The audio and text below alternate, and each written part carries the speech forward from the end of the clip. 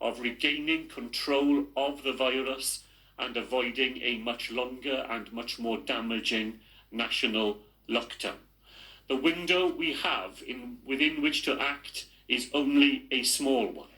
Many had anticipated the news, but it's split opinion. Dewi and Nuria are divided. Well, what concerns me is that it's blown out of all proportion, is that it doesn't seem to make a blind bit of difference in these lockdowns. It has to be done, because I've been looking at the numbers closely, and they have gone up really quickly. Leisure, hospitality and tourism businesses will close. Elliot's the manager here. He's frustrated that in summer the government was encouraging people to go out. Now it's shutting them in again. We've had many more customers than we would have expected through August coming in a time where a virus is spreading, and I think it's irresponsible on the part of the government, and it's led to this. Now we have to suffer after we follow the rules. Across Wales, Halloween is cancelled, bonfire night too. But while coronavirus case numbers are high here in Cardiff, over in Pembrokeshire there are far fewer signs of a second wave, and questions over why here too they must shut down. I don't think it's fair that we're being locked down with the rest of Wales, and we have very low numbers. We've all been very careful in these small rural communities, and we've just done everything as carefully and safely as we can. The Welsh Government warns it must act to stop hospitals from being overwhelmed.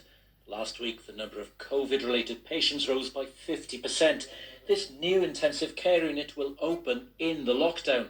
They desperately want to avoid cancelling elective care.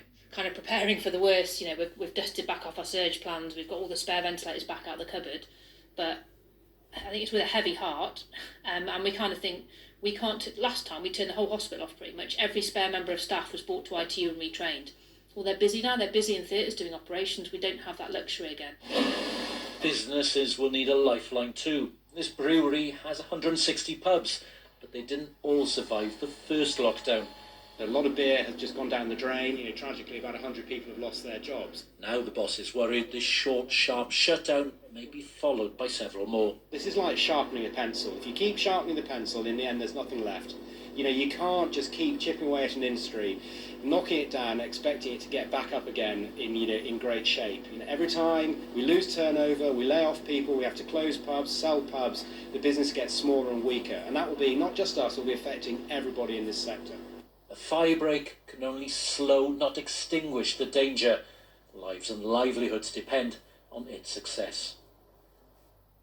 We'll talk to Hywel again in a moment. Just to recap, the new lockdown measures will come into force across Wales on Friday evening at 6 o'clock. And if we compare infection rates in Wales with the other home nations, the figures for last week look like this. They show that Northern Ireland was in fact the worst affected, with 385 cases per 100,000 people, followed by England and Scotland, and then Wales with the lowest rate. So with those figures in mind, let's go back to Cardiff and talk to Hywel. Given that Wales is number 4 on that list, Hywel, what is the Welsh Government's logic and rationale for this action that they're now taking?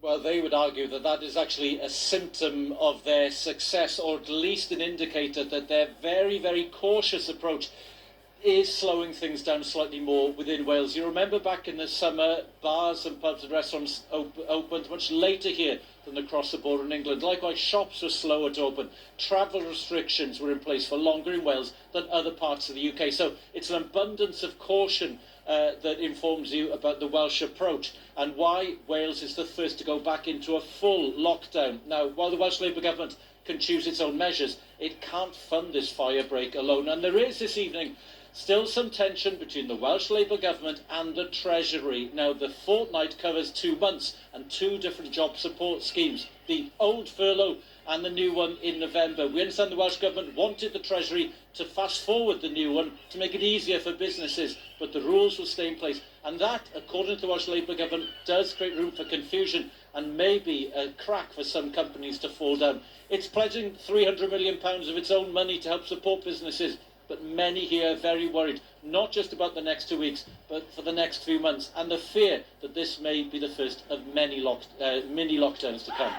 Hywel, many thanks again. Hywel Griffith there for us at the Senedd in Cardiff Bay. Now then, in Dublin, the Irish government has tonight decided to impose the highest level of restrictions across the entire country for the next 6 weeks. Measures to ban household mixing and to close non-essential businesses will come in at midnight on Wednesday after a surge in cases over the past 2 weeks. Let's go live to Dublin for the latest with our Ireland correspondent Emma Vardy. Well, in a couple of days' time, life across Ireland will revert to much the same way it was when the pandemic first took hold. Although this time around,